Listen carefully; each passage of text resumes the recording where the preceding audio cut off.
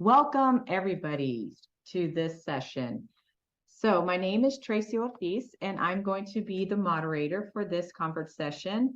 However, before we begin, I would like to extend a huge thank you on behalf of ADEIL to our generous sponsor, Noodle, and to our host, Old Dominion University. So we are so thankful for their contributions in making this event possible.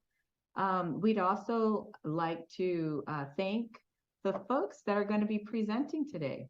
So we have Dr. Jodi Consten and Professor Jim Lipot, who they're going to be presenting AI in Education, Transforming the Future of Teaching and Learning. So that's the presentation we're going to do today. I do want to mention that we will be randomly selecting conference session prize winners during the session. So I'll announce that towards the end after the presentation, and that way you know, and I will get your information like email address and full name at that time. Okay. So without further ado, we can get started. Take it away. Thank you very much, Dr. Ortiz. On the title slide, we do have both and I put it in the chat, this is a poll everywhere quote, a survey that we'd like you to complete. 4 options for you. How do you feel about AI? Are you deathly afraid of it? Are you looking into it? Did you jump in head first? Or you have no idea? And we'll revisit this a little later in our presentation. So welcome everyone. Good morning. So today's agenda, we're going to review what is AI, how students use AI, how AI can be used in education, and then we will have a chance for open discussion. Says there it's not. Okay, I will check it because it is up and active. It just says no one has responded yet. So let me try it again. 1 second. All the fun technical issues that happen.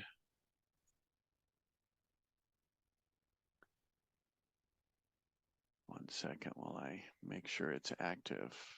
It's giving me some.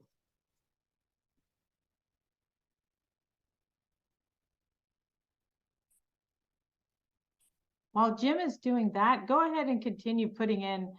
You can try it here in just a second. I'm also going to be putting that link again in the chat for those who are just popping in. But go ahead and continue putting in your where you're from and your affiliation, just to say hi to everybody here. I just activated it again, so it should work. Okay, thank you. So here's the link again. I'm going to put it in the chat.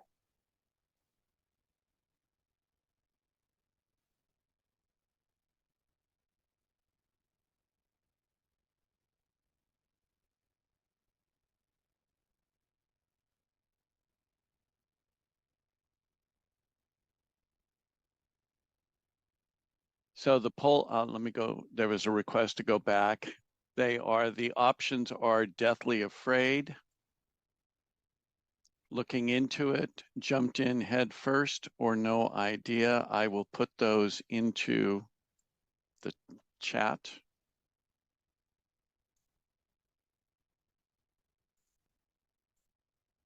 Jim, I can write it if you want to continue. I'll put those in there for you. I actually just got them in. Okay, awesome.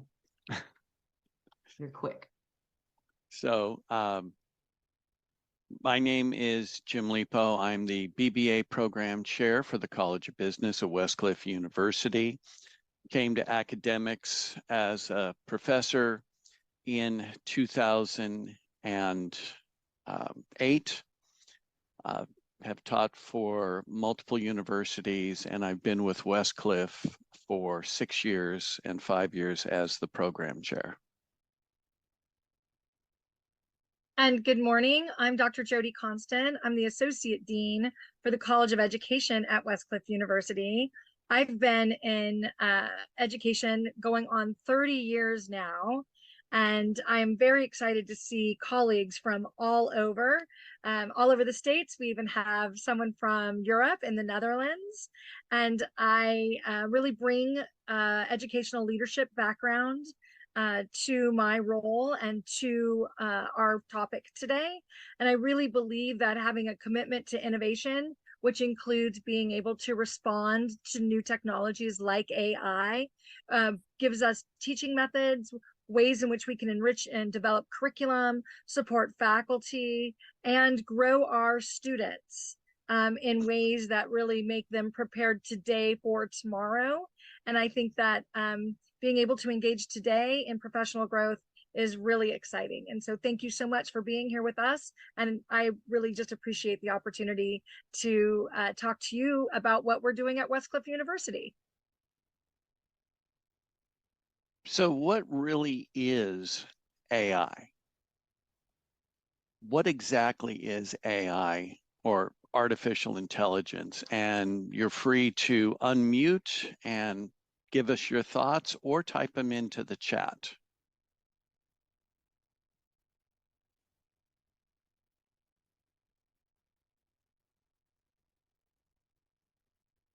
As we all patiently and intensely watch the chat results to see what everyone says. Anyone brave enough to unmute and kind of give their definition of what we think artificial intelligence is? I see that some people are looking into it. Some people have jumped in head first.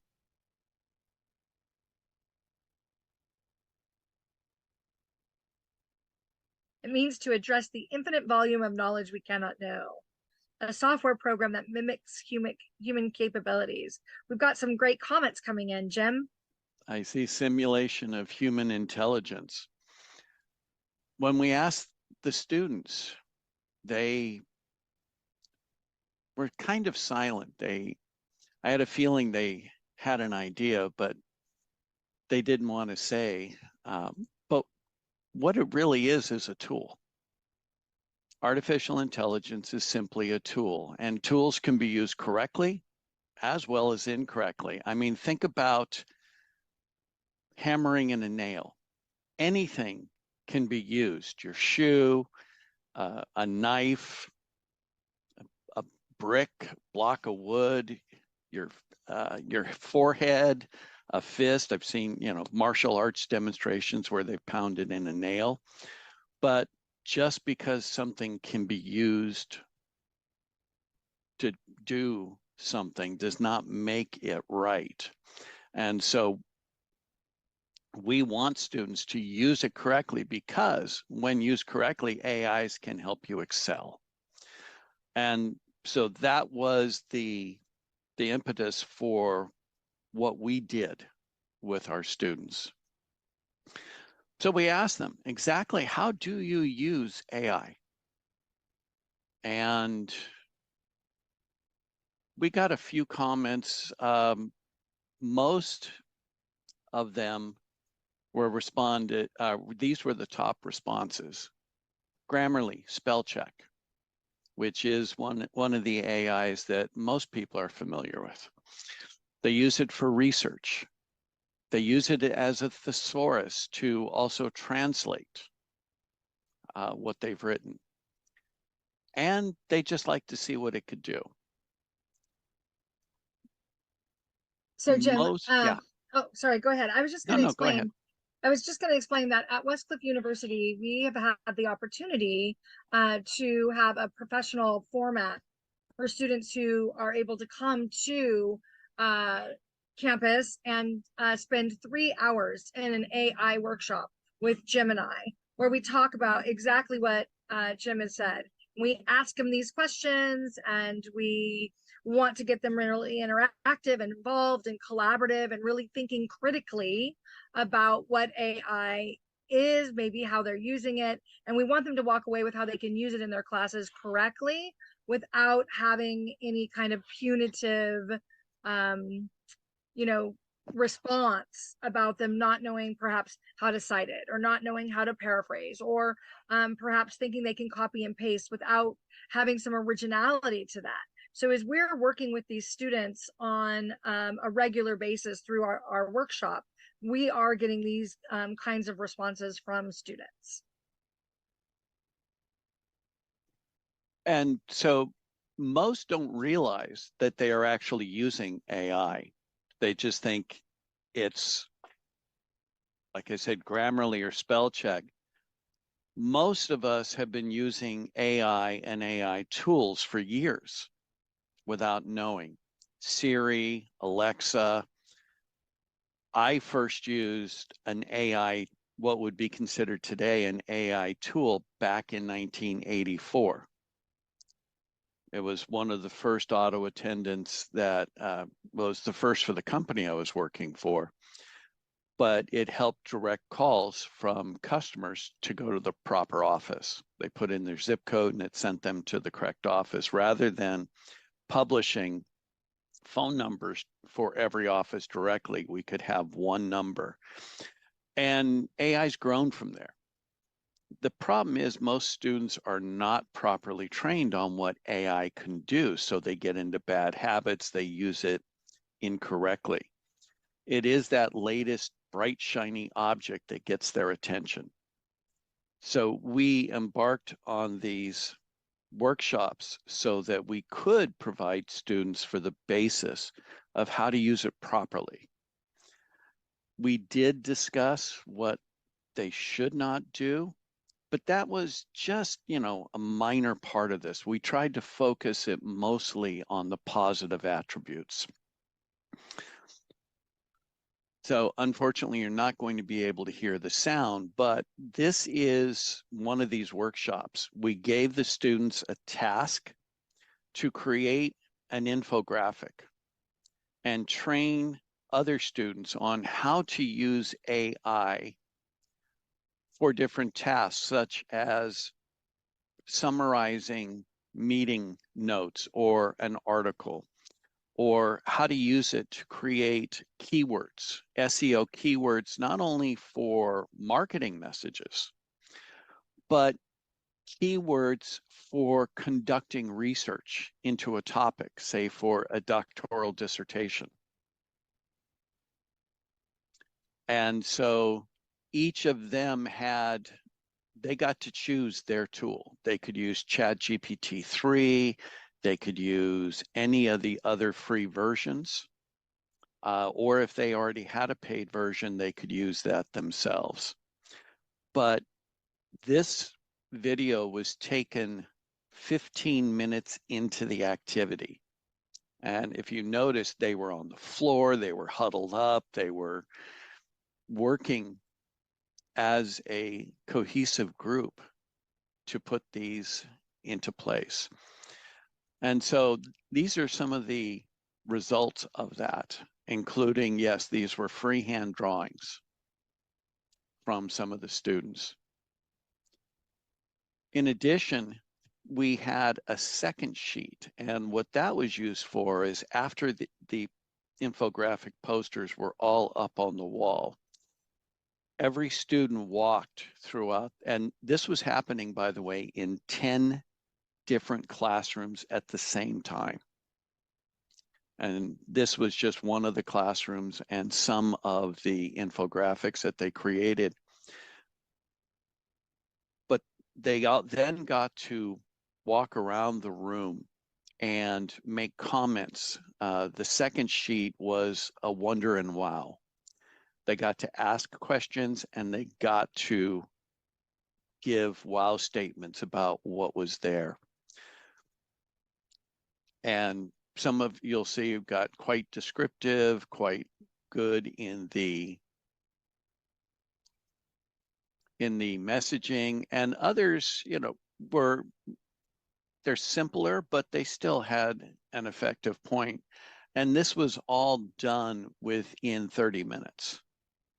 The infographic. So they had to research, they had to conceptualize, they had to put it onto paper.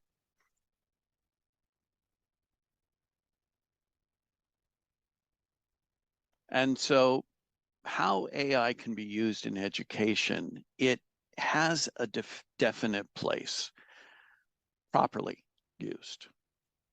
Just as in business, there really is no difference. And students need to understand that they're going to be expected to know how to use these tools in business, because they're going to get hired based upon their ability to use tools in the workforce. And employers think about the bottom line most of all. They will take someone who can put together a marketing package in 30 minutes using AI, as opposed to someone who's going to have to take 3 days, because it is a cost. And so this way they can service clients better. So these were some of the uses, just as in business, where AI can be used in education. As previously mentioned, to generate some meeting summaries, create outlines, again, starting your paper, explain difficult concepts, because you can regenerate the response over and over again. Eventually, you will find, anyone can find a explanation that they can understand. You just keep going through until you find the one that speaks to you. Creating keywords, SEO keywords, which drive all the traffic on websites, is hugely important. But what students didn't realize is that you can turn that to your research. Instead of searching for a string of or a phrase and having to read article after article after article, you can use the same technique to pull your research and have it more pinpointed. It can generate email content to students, to customers, to faculty, to whoever, whatever group you intend to target. To generate interview questions, again, as an HR tool, but also as a tool to create your tools for your dissertation, if your university allows you to create your own survey tool. It really does help to bring up, as through the regeneration aspect, you can fine tune every one of these items. The biggest problem we found was that students did not understand the terminology. Again, this is a new field. It's a new language. From my days back in early information technology and systems, managing IT people, I understood what a query was. Working with Fortran systems, programming systems, it was an older term. But today, students don't understand query because it's not used. So part of the process is not only teaching them the tool and helping them use the tool, but teaching them the terminology. Because writing a prompt, a query, is going to be one of the highly sought after skills, the ability to write a prompt. Effective prompts is very important. And we're looking at that as the next iteration of workshops that we're going to be giving students to prepare them. Because just like using Google, you're going to get back based upon what you put in. And so the clearer, the more defined the prompt, the cleaner and the more effective the information. And Jim, before you move on to the next slide, I just wanted to point out that when we're working with students, we really want them to be able to take away practical ways that really enrich their learning. And by spending the time in our workshop, they walked away with, this is how I can use it personally to enhance my own learning style. Here's how I know that I'm strong in my learning, and this confirms what I'm doing. This is an area of weakness that I'm needing, and this is how I can use AI to help improve and personalize and individualize learning for me so that I'm a much more effective student. We see that AI is quite adaptive, and so when we talk about scaffolding and differentiating learning and instruction, this can be used for students to do it for themselves as they learn to make meaning. And we also see that, as Jim mentioned, research, the algorithms that AI can produce is allows students to, at our doctoral level to really source vast amounts of data, or really help them analyze things. It helps them really generate concise summaries and supports that allows them to get the information they need and move on. And we really see that in terms of 21st century learning, AI does help students collaborate together. They are able to be creative and original, which might have been a fear before we started practicing this a little more. And they are definitely critical thinkers, and they're really effective communicators. And we've noticed this in our takeaways from the workshops. I just want to ask real quick before you continue. There was a question before about when you had that activity with the students, what infographic tool or what tool was used to create in that infographic activity? I did respond to that. Each group of students got to choose the tool that they used. So we did not define the tool that had to be used. So they researched what would be best for the idea they were given. So as I said, they had to create it for either one group was teaching other students how to generate outlines to help focus ideas on topics and increase efficiency. Another one how to explain difficult topics. Another one, how to use a tool, and they got to choose the tool to generate summaries of meeting notes, generate summaries of articles, with the idea of increasing efficiency and increasing understanding. So what we did was we really wanted to make sure that students had autonomy and choice in how they approach their own learning. Again, really talking about this personalization and making sure that things were really practical and relevant to what it is they were doing. We worked with about 800 graduate students over 3 different Fridays. And they were mostly in the College of Business and the College of Technology and Engineering. We had a few students in the College of Education on that Friday, but we really wanted to make sure that it was applicable and relevant to them. So we left it very open in how they could approach it to really see what kind of higher order thinking skills that they could deduce. And what I think on the posters you probably saw was a combination of left brain and right brain thinking. They used non-linguistics as well as linguistics, and they were really able to utilize any resource that was at their fingertips. So they could use an LLM, whether that's chat or Bing, or one of the other numerous ones that have come about that may not get as much press. They could, go back to Google and do a little research that way. We really wanted them to do comparing and contrast, because we know from research that if students can compare and contrast, that's the #1 way that we're going to see student achievement. So they were able to compare and contrast and then summarize that information. And I'm putting in the chat right now my email address. And if you would like the activities that we did, we're happy to share those with you. And I can give you step-by-step instructions on, we did another activity that we're probably not talking too much about today, but I'd be more than happy to share activities. And In the College of Education, we have a professional learning community that meets on a weekly basis.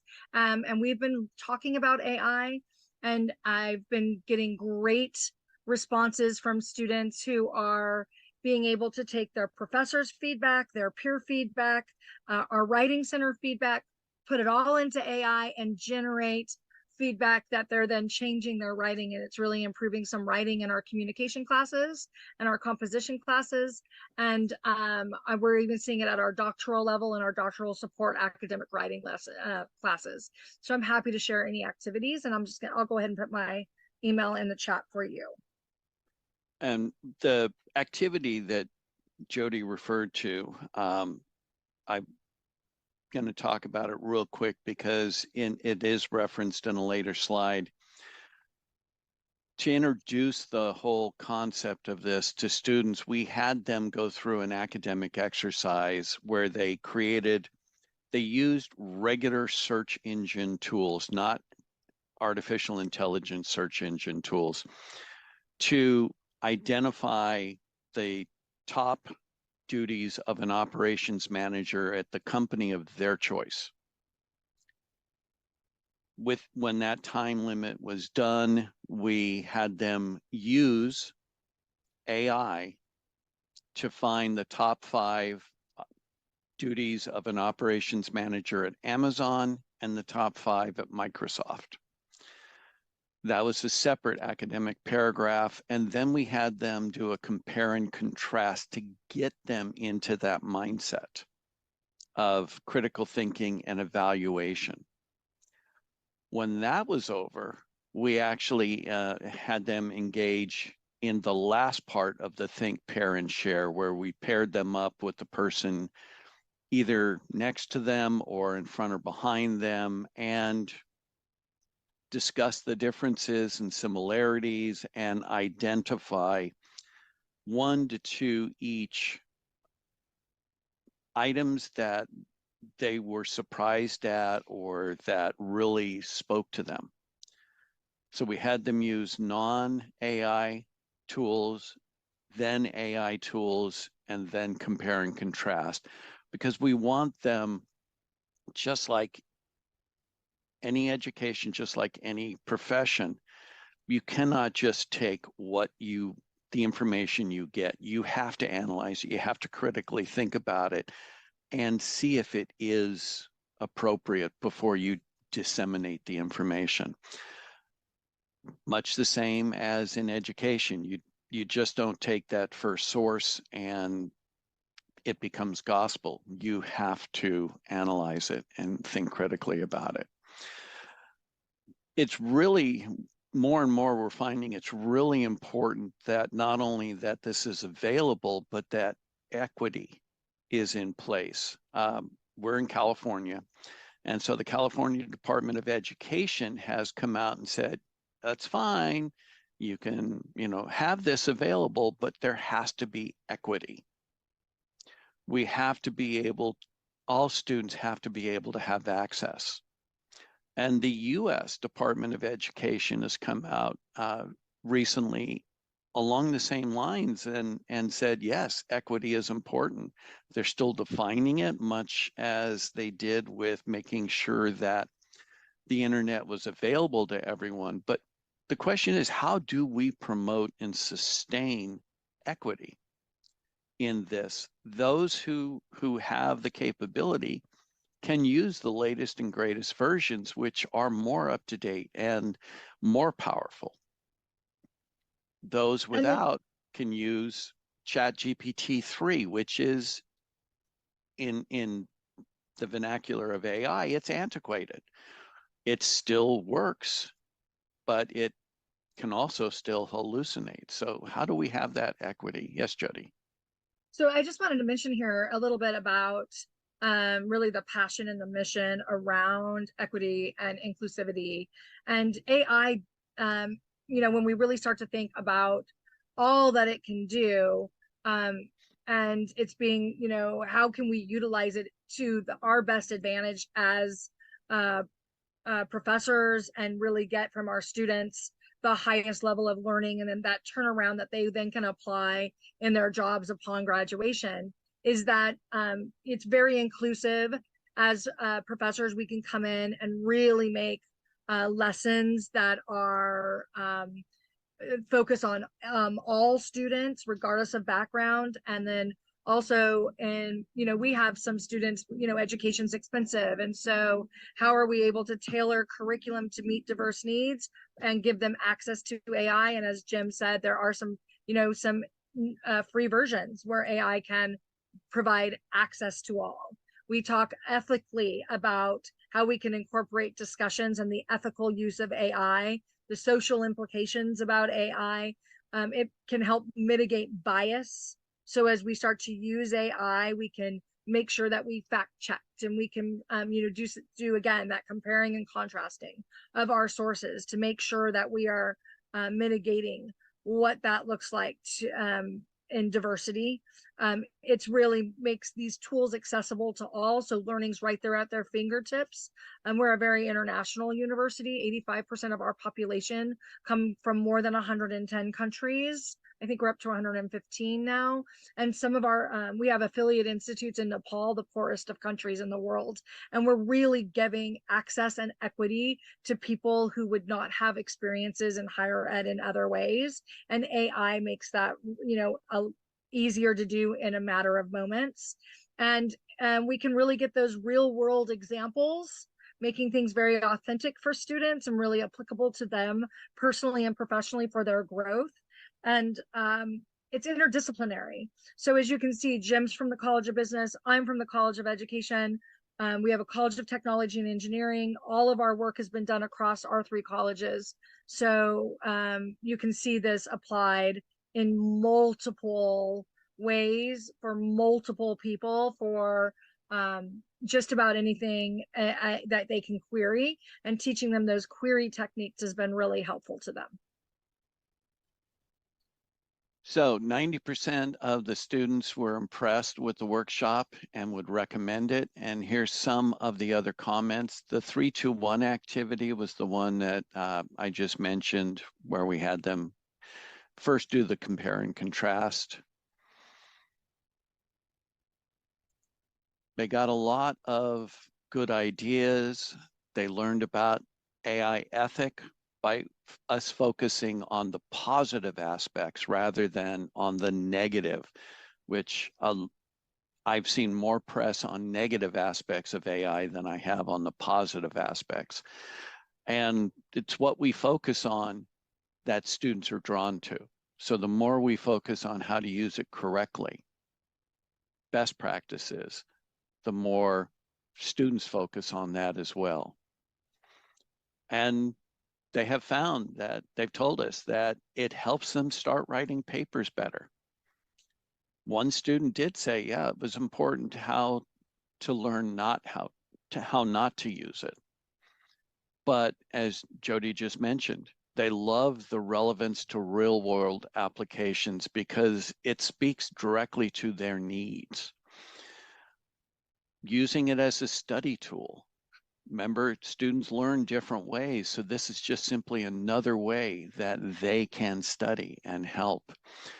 The structure of the workshop helped them, especially with the collaboration. And you also have to understand, these students had just flown in from around the country on a Friday afternoon at 2:30. And they were that involved and that into what they were doing. Plus, they got to learn how different corporations work and how it can be used there as well. This is just some of what they said. And so this is what you started with. And here's what everyone said from that opening. Looking into it seems to be the biggest one. Most people are still finding their way around. AI has been around for quite a while. But we encourage you to really look at how it can help you in the classroom as well as now.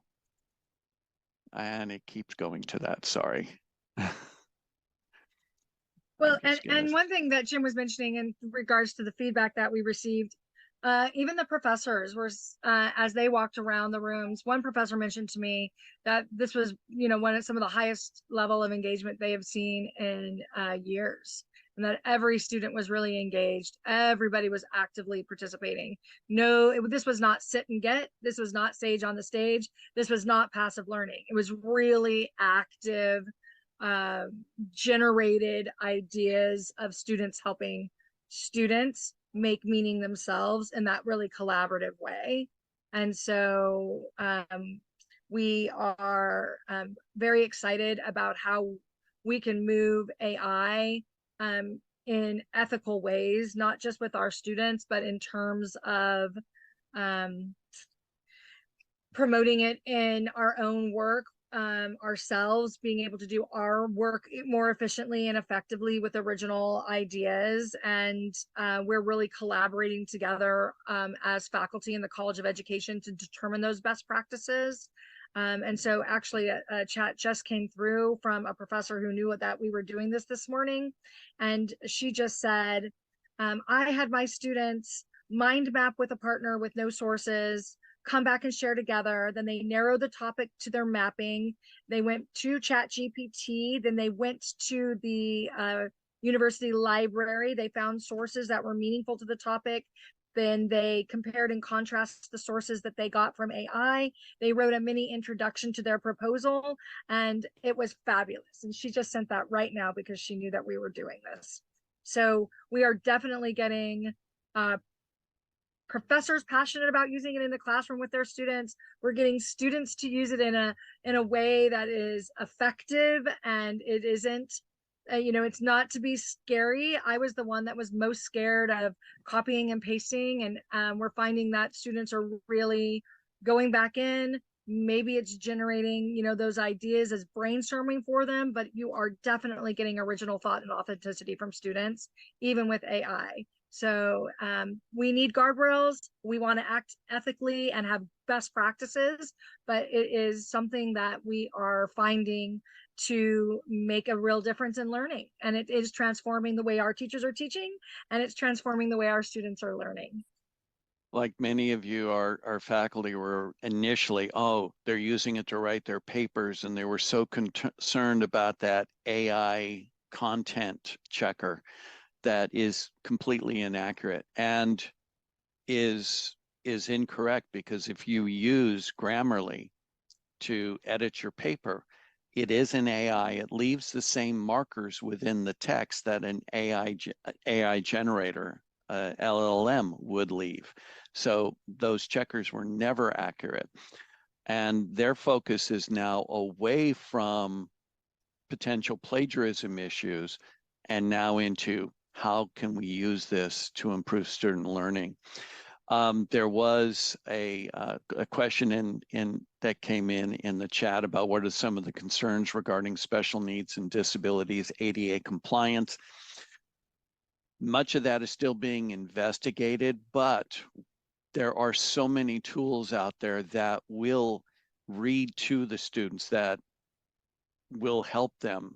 And we're still working our way through that, because it is such a huge field.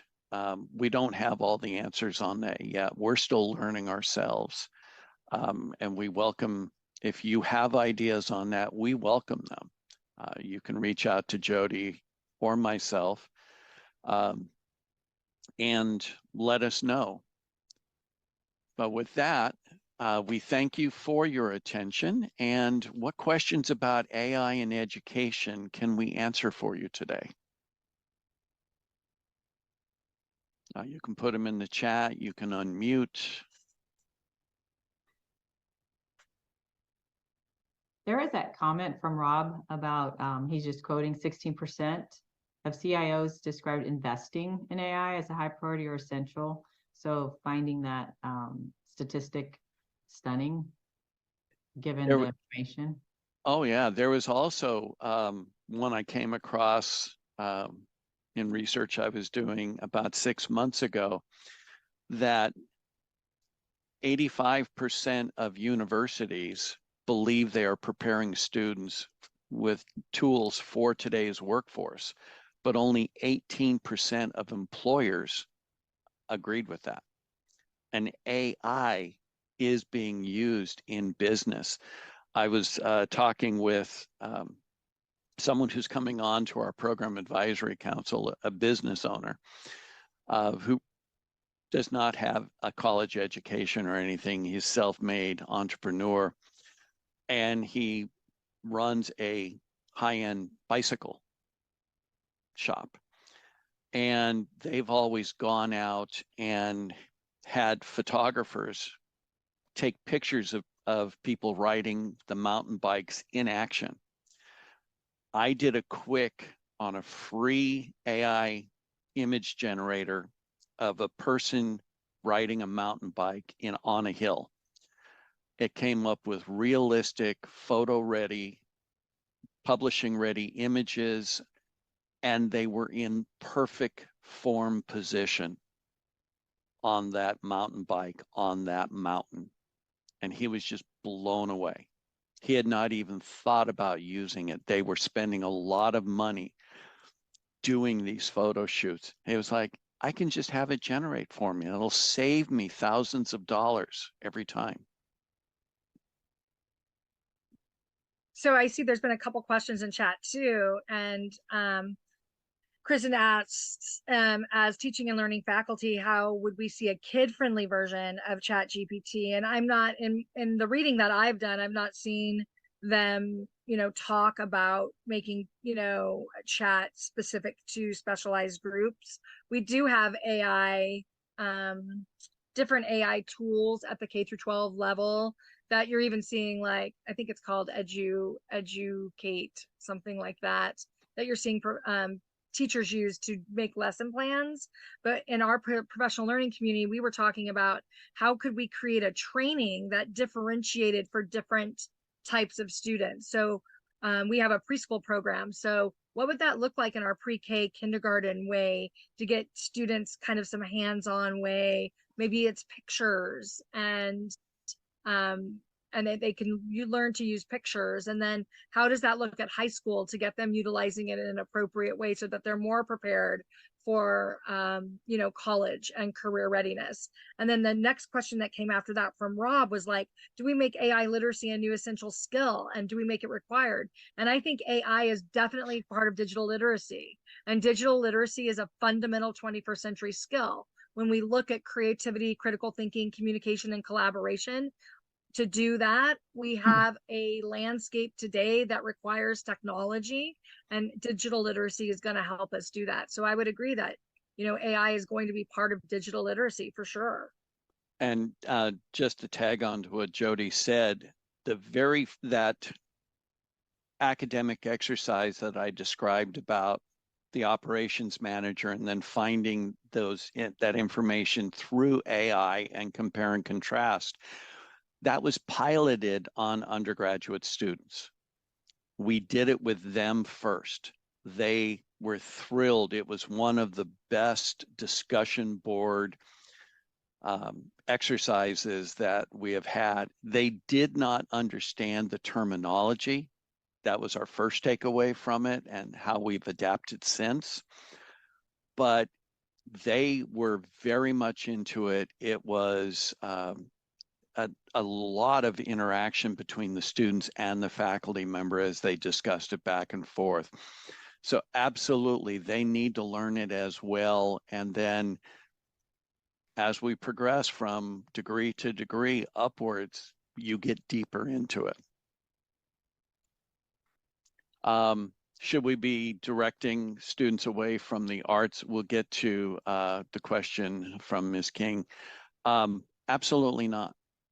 That will never go away. And the same techniques that are used in the creation and working on AI images can also work in film and video images as well. It will never be replaced. There will always be. The same thing, was said about print newspapers and magazines when the internet came along, and magazines are still thriving. Maybe not have as many subscribers, but there is still a need for that. And the techniques they learn in those art courses will benefit them even greater in working with AI. So we had a question from, I believe it's Ms. King. And just to note, we are at the end of our session, but I want to just remind you all about the conference evaluation, that the link was here in the chat for the end of the conference, not for each session, but save it for the end of the conference.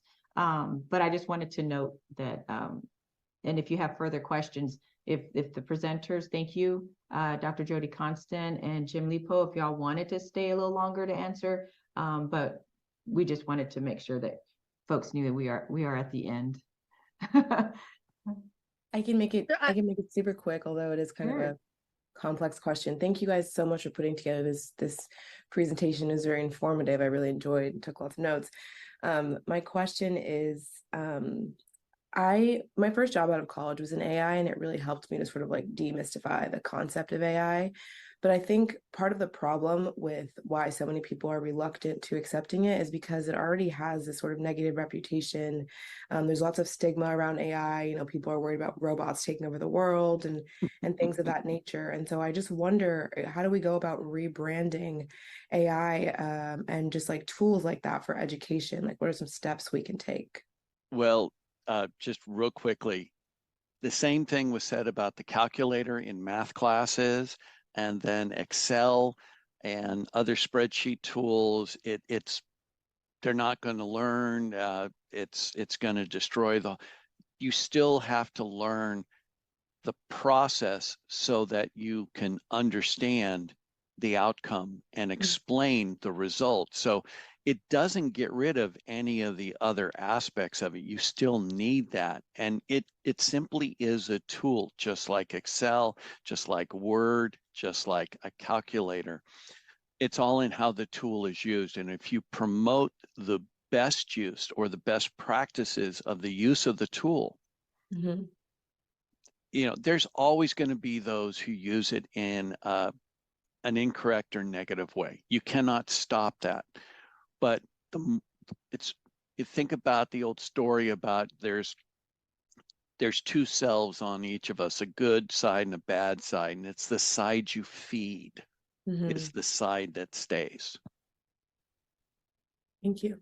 I really like the idea of rebranding, and I think rebranding really comes from professional development and teacher efficacy and how that they're going to employ it for their students.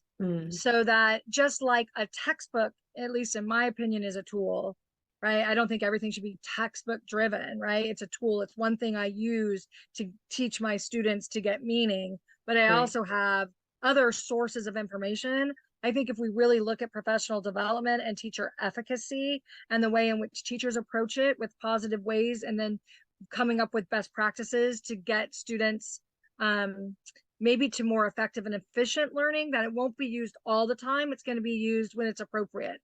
Like sometimes a pencil is my tool and not their laptop, not their one-on-one device, right?